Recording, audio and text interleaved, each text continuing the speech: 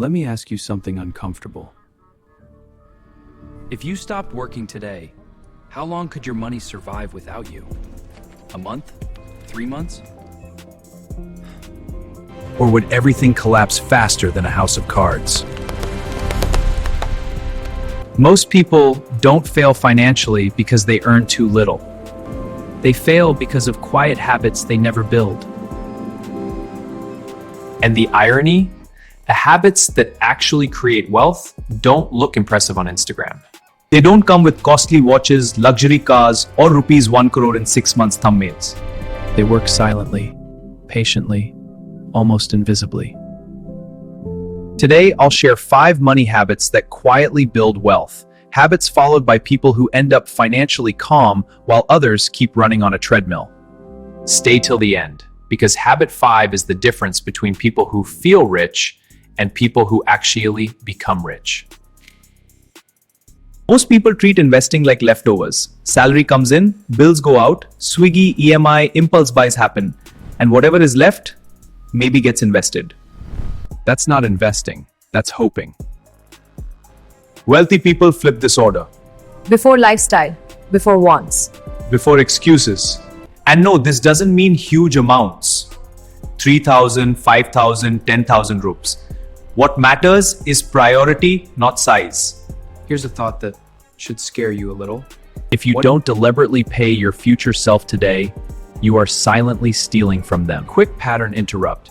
If your future self met you today, would they thank you or block you? This habit creates the foundation for everything else.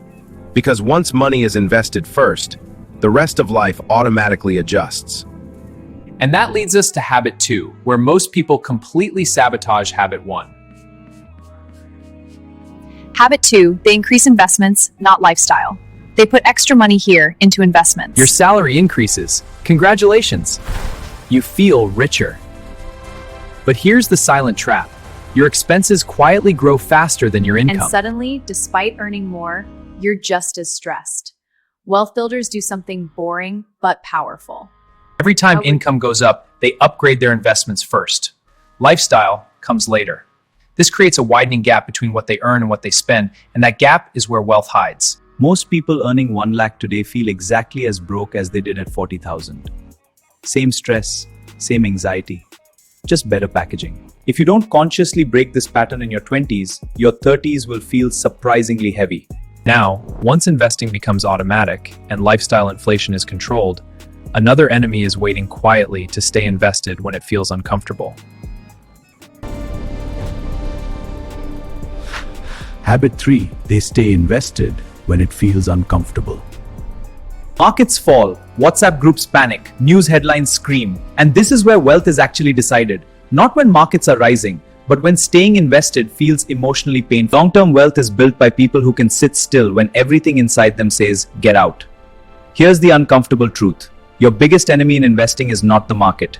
It's you. Fear, impatience, the urge to do something. Markets don't test your intelligence, they test your sleep quality. Those who stay invested during uncomfortable periods quietly pick up future returns at a discount. And those who panic, they finance the patience of others. But staying invested alone isn't enough, because without habit 4, discipline eventually breaks. Habit 4, they build systems, not willpower. Most people rely on motivation. Wealthy people rely on systems. Auto debit SIPs, emergency funds, separate accounts for spending and investing. Willpower is unreliable, especially after a long work day or an emotional week. A system removes decision-making. Money quietly moves in the background while life goes on. Systems create calm. Calm creates consistency. Consistency creates compounding. And now we reach the final habit, the one that ties everything together. And now the final habit. They value time more than returns. Most young investors obsess over returns. Is this fund giving 15%? Can I beat the market? Is there something better? Wealth builders ask a different question. How long can I stay invested?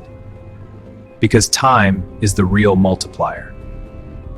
A decent investment held for 20 years beats a great one held for 3. This is why starting early matters more than starting perfectly. 1,000 monthly from 22 versus 10,000 rupees from 30, the first person often ends up wealthier. That's not luck, that's math. And once you understand this, money stops feeling urgent and starts feeling intentional. If you noticed, none of these habits were flashy. No shortcuts, no hacks, just quiet discipline practiced consistently. And that's why they work. Now, if you're wondering where to put your first 1 lakh, I broke it down in the next video. This is the compounding room. Simple ideas, long-term wealth.